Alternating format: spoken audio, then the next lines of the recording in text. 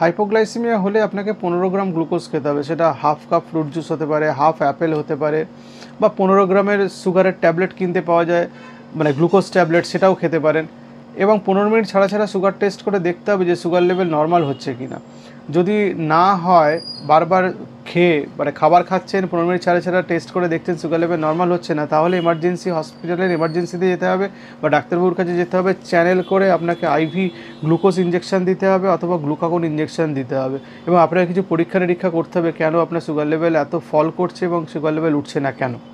এখন যদি 70-এর নিচে, 70 মিলিগ্রাম পার ডেসিলিটারের নিচে সুগার লেভেল থাকে তখন হাইপোগ্লাইসেমিয়া বলা হয়। আর যদি 54 মানে 54 মিলিগ্রাম পার ডেসিলিটারের নিচে সুগার লেভেল থাকে, সিভিয়ার হাইপোগ্লাইসেমিয়া বলা হয়। বাড়িতে গ্লুকোমিটার রাখতে হবে আপনার যদি ডায়াবেটিস থাকে। মাঝে মাঝে আঙুল ফুটিয়ে সুগার লেভেল চেক করে দেখতে হবে এবং হাইপোগ্লাইসেমিয়া সিমটম ধরে সুগার লেভেল চেক করে দেখে আপনার